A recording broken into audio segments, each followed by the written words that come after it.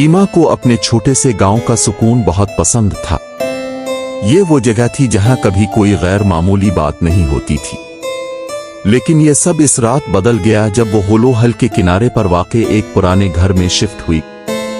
लोगों ने उसे इस घर के बारे में खबरदार किया था। कुछ ने अजीब आवाजों का जिक्र किया, कुछ ने दीवारों से आती सरगोशियों का। ईमा ने यह सब सिर्फ देहाती कहानियां समझकर नजरअंदाज कर दिया। वो पुरानी इमारतों की दिलकशी को पसंद करती थी और ये घर उसे बहुत सस्ते दामों मिल गया था। पहली रात मामूल के मुताबिक गुजरी, अगरचे खिड़की के बाहर हुआ अजीब तरीके से गूंज रही थी। दूसरी रात उसने पहली बार वो आवाज सुनी। वो हल्की सी, तकरीबन ना महसूस होने वाली, एक नर्म लेकिन मुस्तकिल दस्तक थी। ठक ठक ठक ठक। ईमा ने खिड़कियां, दरवाजे और पाइप सब चेक किए। हर चीज ठीक थी। वो हंस कर बोली, ये पुराने घरों की आम बात है।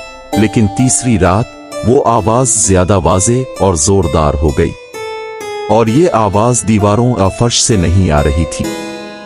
ये आवाज उसके बेडरूम के आईने से आ रही थी। ईमा आईने के सामने रुक गई। इसकी सांस शीशे पर धुंध बना रही थी। ये मेरा वहम है, उसने खुद से कहा। लेकिन जैसे ही वो पलटी, आवाज फिर आई, इस बार ज्यादा तेज। ठक ठक ठक ठक। वो फौरन मुड़ी। इस बार आईने पर कुछ था, एक हथेली का निशान, छोटा और पीला, जो शीशे के अंदर से लगा हुआ लग रहा था। कमरे की हवा यख ठंडी हो गई, ऐसी सर्दी जो हड्डियों तक आतर जाती है। वो कांपते हाथों से आईने की तरफ बढ़ी और शीशे को छुआ। जैसे ही इसने छुआ, हथेली का निशान गायब हो गया और एक सरगोशी धीमी सी सुनाई दी। ईमा। ईमा का दिल जोर जोर से धड़कने लगा। सरगोशी फिर आई, इस बार ज्यादा गहरी और गैर इंसानी आवाज में। ईमा, मेरी मदद करो। डरते हुए उसने एक कंबल उठाया और आईने पर डाल दिया। कमरा खामोश हो गया, लेकिन वो पूरी रात जागती रही, घर की तमाम बत्तियां जलाकर। अगली सुबह ईमा ने घर की तारीख जानने का फैसला किया। मकामी लाइब्रेरी में इसे पता चला कि पिछली मालिक, मार्गरेट नामी एक तन्हाई पसंद आर्टिस्ट, 20 साल पहले बगैर किसी निशान के गायब हो गई थी। अफवाहों के मुताबिक मार्गरेट आईनों की दीवानी थी और कहती थी कि ये दूसरी दुनियाओं के दरवाजे हैं। उसी रात खौफ के बावजूद ईमा को आईने की तरफ खिंचाव महसूस हुआ।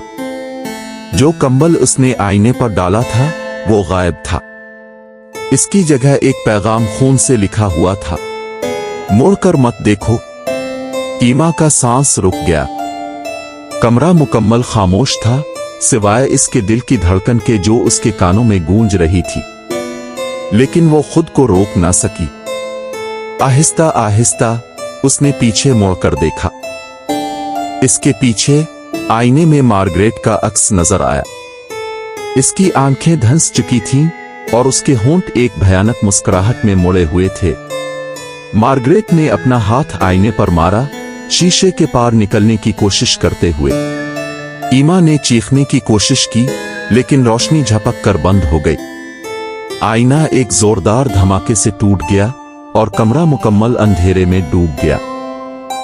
अगले दिन जब गांव के लोग ईमा को देखने पहुंचे तो घर खाली था। सिर्फ एक निशानी वहां मौजूद थी, टूटे हुए आईने के अंदर एक हथेली का निशान, जैसे अंदर से दबाया गया हो। और तब से हर रात आईना एक नया नाम सरगोशी में पुकारता है, किसी ऐसे शख्स का इंतजार करते हुए जो जवाब देने की हिम्मत करे।